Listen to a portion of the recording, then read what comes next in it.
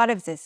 Փետրվարի 28-ին ամերիկա-իսրայելական տանդեմի կողմից Իրանի դեմ սանձազերծված պատերազմը շարունակում է կրակի մեջ պահել Մերձավոր Արևելքը, փոխադարձ սպառնալիքների, զոհերի և ավերածությունների պայմաններում, հարվածելով նաև պատերազմի մեջ ներքաշված երկրների տնտեսական կայունությանն ու տարածաշրջանի պատերազմից թվացյալ դուրս մնացած երկրների անվտանգությանը։ Թեև Իրանը շարունակաբար հայտարարում է, որ հարևան երկրների վրա հարձակվել չի պատրաստվում, սակայն Թուրքիայի և Ադրբեջանի օրինակը ցույց տվեց, որ անուղղակի հարվածները բացառված չեն։ Ինչ զարգացումներ են սպասվում Մերձավոր Արևելքում, պատերազմի հանգուցալուծման ինչ սցենարներ և զարգացումներ են հնարավոր և ինչպես է անդրադառնում այս հակամարտությունը տարածաշրջանի երկրների վրա։ Այս հարցերի շուրջ ենք Հայրենիք մեդիայի եթերում զրուցելու Իրանի խորհրդարանի նախկին պատգամավոր Կարեն Խանլարյանի հետ։ Բարև ձեզ, պարոն Խանլարյան, շնորհակալ եմ մեր հրավերն ընդունելու համար։ Պարոն Խանլարյան, Միացյալ Նահանգների և Իսրայելի կողմից Իրանի դեմ սանձազերծված պատերազմը, ինչպես ցույց են տալիս փոխադարձ սպառնալիքները և փաստացի բանակցությունների անհնարինությունը, օրորի լայնացնում է աշխարհագրությունը և իր մեջ ներքաշում նաև երկրների, որոնք փաստացի պատերազմի կողմ չեն։ Եթե Հայաստանն ակնհայտ չեզոք դիրք է գրավում, ապա Թուրքիան ու Ադրբեջանը թվում է, թե մարտավարական ծրագիր են մշակում հասկանալու համար, թե որ ճամբարն անցնելն է ավելի շահեկան։ Ըստ ձեզ, ինչ եք կարծում, ինչ քաղաքականություն են այս երկրները վարում և հնարավոր է արդյոք նաև նրանց ներգրավվածությունը պատերազմի մեջ ընդդեմ Իրանի։ Ինչքան փորձել եմ հասկանալ, բավականին բարդ է Թուրքիայի հատկապես քաղաքականությունը, թեև Ադրբեջանին ավելի պարզունակ, ավելի պրիմիտիվ արտահայտություններով է բնորոշվում, բայց Թուրքիան ավելի բարդ քաղաքականություն է փորձում իրականացնել։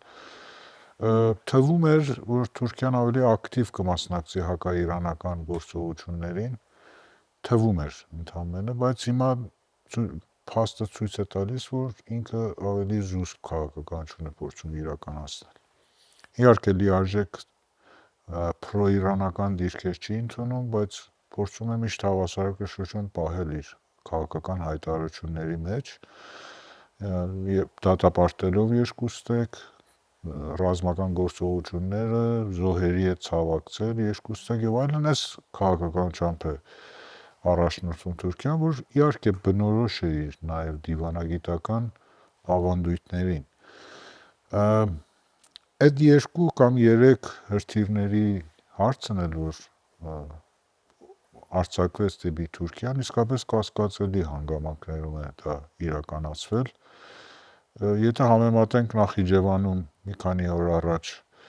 Նախիջևանի օդակայանին հարձակումը եւ փորձենք զուգահեռներ գծել, թվում է, որ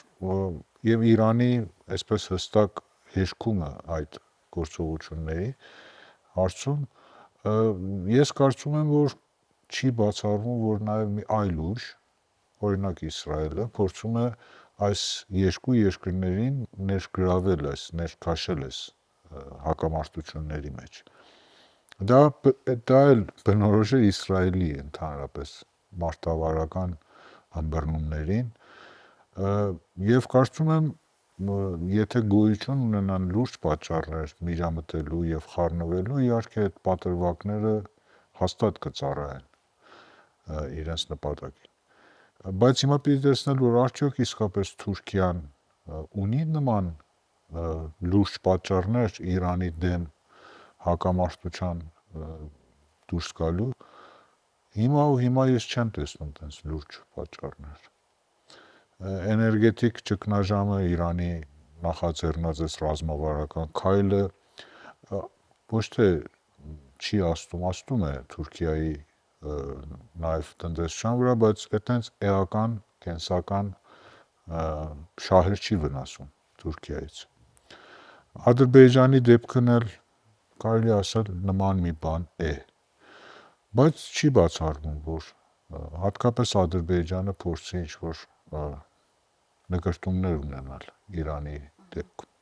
Գուցե ինչպես ասացիք, այս պահին եւ դա ժամանակավոր է, որովհետեւ Նախիջևանի օդանավակայանի վրա հարված հասցնելուց հետո, Ադրբեջանը բողոքի նոտա ուղարկեց դեսպանին Իրանի հետ կանչեց այդ երկրում, ինչպես նաեւ ասաց, սպառնալից տոնով իհարկե ասաց, որ այդ հարձակումն անպատասխան չի մնա։ Հետո այդ խնդիրները թվացial գոնե հարթվեցին եւ այստեղ հարց է առաջանում. Ալիևը իսկապես այսպես կոչված ներեց Իրանին եւ հավատաց, որ դա իսրայելական սադրանք էր, թե դեռ պետք է եռա թեման եւ սպառնալիքներն իրականություն դառնան։ Իհարկե, ինչպես բազմաթիվ անգամ հայտարարել են Թուրքիան եւ Ադրբեջանը, այս երկու երկրները մեկ ժողովուրդ են իրենց համարում երկու պետության ձևաչափով եւ ունեն ռազմավարական բավականին բարձր մակարդակի համագործակցություն։ Սա փաստ է, սա հստակ փաստ է, որ պետք է արձանագրել։ Բայց ես չեմ կարծում, որ Թուրքիա, Իսրայել եւ Ադրբեջան-Իսրայել փոխհարաբերությունները դրված են նույն նժարի վրա կամ ավելի ճիշտ դրված են նույն մակարդակի վրա, այսպես թողիկ ասեմ։ Ես կարծում եմ տարբերությունները շատ մեծ են։ Թուրքիա-Իսրայել փոխհարաբերությունները վերջին տարիներին այն նորմալությամբ, որ ընթանում էր մինչ այդ, այլևս չի ընթանում։ Ի տարբերություն Ադրբեջանի Իսրայելի փոխհարաբերության։ Չմոռանանք, որ Իսրայելը ունի եւ ռազմական եւ հատկապես լրտեսական բավականին մեծ հնարավորություններ Ադրբեջանում եւ մեր բռնագրավված Արցախում, Արցախի տարածքներում։ Ես կարծում եմ, որ նա ուշ թե շուտ կփորձի, այսինքն պատերազմի թեժանալու հետ առընթեր կփորձի նաեւ ուժեղացնել իր դիմումները կամ իր քայլերը Թուրքիային, Ադրբեջանին հատկապես այս հակամարտության մեջ ներգրավելու, գոնե այնքանով, ինչքանով ինքը կարողանա ազատ օգտագործել իր լրտեսական եւ ռազմական որոշ հնարավորություններն Ադրբեջանում։ Այդքանով կփորձի ներգրավել Ադրբեջանը, որ անպայման դա չի նշանակում Թուրքիայի ներգրավվածություն։ Սրանք մի քիչ, կարծում եմ, տարբեր բաներ են եւ պիտի մի քիչ քննել այս խնդիրը Իսրայել-Ադրբեջան եւ Իսրայել-Թուրքիա փոխհարաբերությունների կոնտեքստում։ Պարոն Խանլարյան, այո, Ադրբեջանն ու Իսրայելը, որ սերտ համագործակցային կապեր ունեն, նորություն չէ, ինչին գրեթե միշտ դեմ է արտահայտվել, այո, Իրանը հատկապես վերջին տարիներին բացասական երանգավորումներ է տալիս այն հանգամանքին, որ Հայաստանը պատրաստվում է ցամաքային ճանապարհ տալ Ադրբեջանին Նախիջևանին կապող։ Այստեղ Ադրբեջանը կրկին իր դիվանագիտությունն է կարծես օգտագործում եւ հասկացնում, որ կարող է Իրանի ներքին կյանքի եւ կայունության վրա ազդել նաեւ այնտեղ բնակվող իրանցի միլիոնավոր ազերիներին Իրանի գործող ռեժիմին դեմ հանելու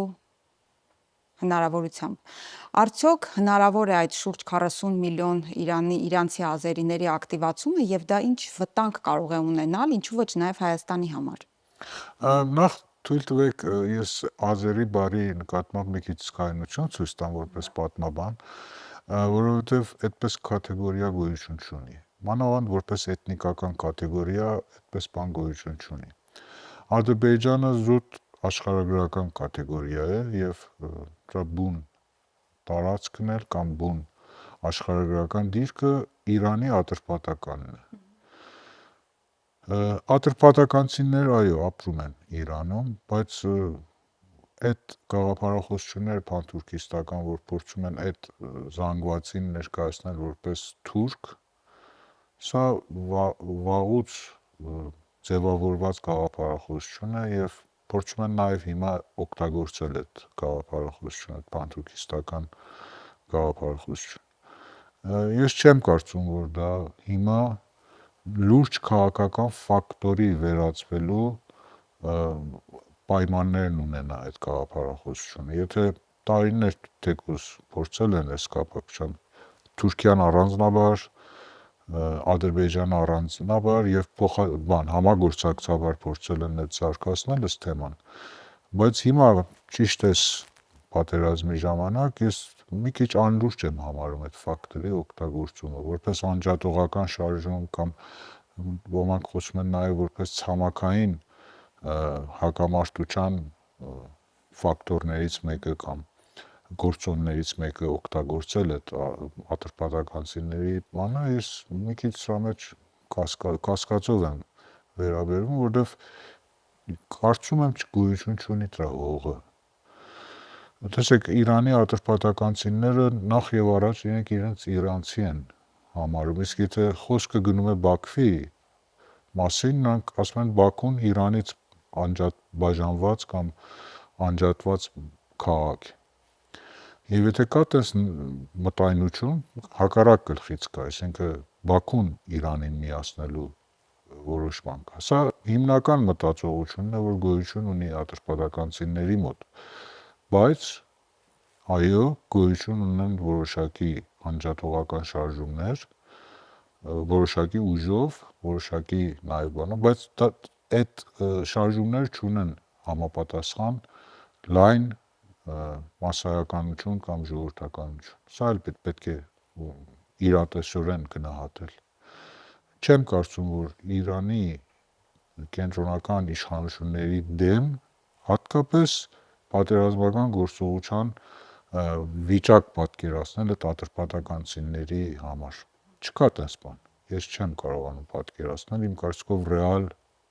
բան չի։ Բայց հա, այդպես թերորիստական մանր-մունր խմբակցություններ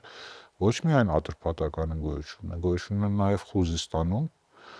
հանձինս որոշ արաբ անջատողական շարժումների, կա Քրդստանում նաև եւ Թուրքմենստանում, Բելուչեստանում, բոլոր Իրանը բազմազան կամ ասենք բազմազգ պետություն է, բազմաէթնոս պետություն է, այդպես շարժումներ կան տարբեր տեղերում, բայց արդյոք սրանք ունեն ժողովրդականություն, արդյոք այդ էթնոսները առանձին վերսած մշակութային, ենթամշակութային խմբերը ունեն իսկապես Իրանից անջատվելու ազգային ձգտում, ես այդ սրա մասին է, որ մի քիչ կասկածով եմ։ Այսինքն պատճառն ավելի դա է, քան այն, որ Ալիևը չի կարող վերահսկողություն սահմանել այդ ադրբեջանական համայնքի նկատմամբ։ Տեսեք, ես մի հատ այսպես պարզ հարց եմ ուզում բարձրացնել, մի քիչ էլ ռետորական կարող է թվալ։ Եթե գոյություն ունենար այդպես լուրջ բան, անջատողական ձգտում ատրպատականցիների մոտ, ոչ թե այս պատերազմը կսպասեր Ալիևը, շատ ավելի շուտ կփորձեր ինչ-որ վիճակ իրականացնել, ինչ-որ իրավիճակ պարտադրել Իրանին, շատ շուտ ավելի, բայց չի եղել, ինչու, որովհետև իսկապես դա հող չունի այդ գաղափարախոսությունը, դա մի շարք այդպես կիսամտավորական, մտավորական շրջանակների գաղափարախոսական մարզանքներ են, որ դրանք չեն վերաճում ժողովրդական մակարդակի։ Եվ միշտ էլ գոյություն են ունեցել, առնվազն կարելի ասել 150 տարվա անցյալ ունի այդ փանթուրքիստական գաղափարախոսությունները։ Բայց առնվազն Իրանում 4 կամ 5 լուրջ պայմաններ են գոյացել, իրավիճակային իրադրություններ են, իրադրային վիճակներ են գոյացել, որ կարելի էր այդ դարձնել օգտագործելի գործոն, բայց չի կատարվել դա։ Երևի ամենալուրջը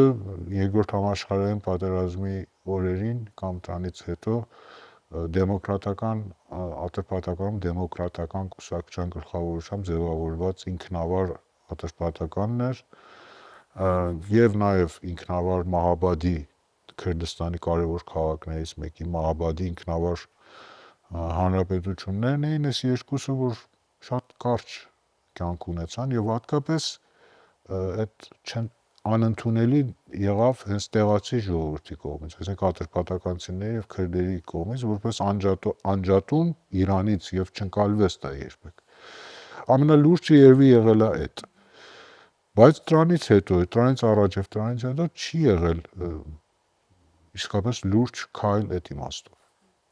Պարոն Խանլարյան, գանք Հայաստան մեր խնդիրներին, ինչպես է այս պատերազմն անդրադառնում կամ կանդրադառնա շարունակականության դեպքում Հայաստանի վրա, Որքան էլ պաշտոնական Թեհրանն ասում է, որ այո, հարևանների վրա հարձակում չի լինի, միայն ամերիկյան ռազմաբազաների վրա, բայց հիշենք, որ Հայաստանում էլ հեռանկարում, կա Թրամփի ուղի կառուցումը, այդ թրիփի, որը, ինչպես գիտենք, ամերիկացի զինվորականներն են վերահսկելու։ Սա կարող է թիրախային լինել։ Տեսեք, եթե մի քանի ամիս կամ նույնիսկ մի քանի շաբաթ առաջ այսպես մի բան կարելի էր ենթադրել, որ Իրանը մատների արանքով է նայում այդ խնդրին եւ փորձում է ըմբռնումով մոտենալ Հայաստանին, որ թրիփի պրոյեկտը ընդամենը մի մեխանիզմ է Զանգեզուրը պահպանելու կամ Սյունիքը պահպանելու առումով, մեր պատմական սիսական նահանգը։ Հիմա այս պատերազմական վիճակում այդպես չեմ կարծում, որ այդքան միամիտ է ընկալվում այս խնդիրը։ Ես կարծում եմ Իրանը այս կապակցությամբ բավականին ռազմավարական մակարդակով զգայունություն ունի այս պրոյեկտի իրականացման կամ ստարտի հետ կապված։ Տեսեք, հայտարարել են իրանցիները, որ այդ թրիփը նույն ինքը այդ միջանցքն է, Զանգեզուրյան միջանցքն է։ Եվ այդ միջանցքը իրենք արդեն տարիներ ի վեր է, որ անվանում են ՆԱԹՕ-ի միջանցք, ՆԱԹՕ-ական միջանցք են անվանում դա։ Իրենց լուրջ վերլուծաբանները եւ պետական շրջանակներին կամ իշխանական շրջանակներին մոտ կանգնած վերլուծաբանները այդ շեշտադրմամբ են խոսում նման մի պրոյեկտի մասին։ Եվ հիմա էլ ասում են նույնն է, այսինքն սրանք հենց նույն բաներն են։ Սա նկատմամբ հաստատ ունի զգայունություն եւ այդ մասին պետք է, ես կարծում եմ հիմա ինչպես պիտի լուծի Հայաստանի իշխանությունը այս հարցը,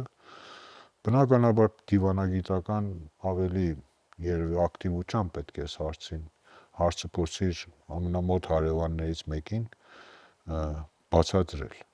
բացատրականներով հանդես գալ եւ փորձել հարցը հանել այս անմիջական սպառնալիքի կարգավիճակից։ Արդյոք այս գործին պատրաստվում է Հայաստանի դիվանագիտությունը, ես չգիտեմ։ Ցավոք։ Ցավոք։ Շնորհակալ եմ հետաքրքիր զրույցի համար, պարոն Խանլարյան, ձեզ էլ շնորհակալություն հարգելի հետևորդներ ուշադրության համար։ Ես հիշեցնեմ, որ Հայրենիք մեդիայի եթերում դուք դիտում էիք բացառիկ հարցազրույցը եւ մեր տաղավարում հյուրընկալել էինք Իրանի խորհրդարանի նախկին падգամավոր Կարեն Խանլարյանին։ Առողջ եղեք, կհանդիպենք։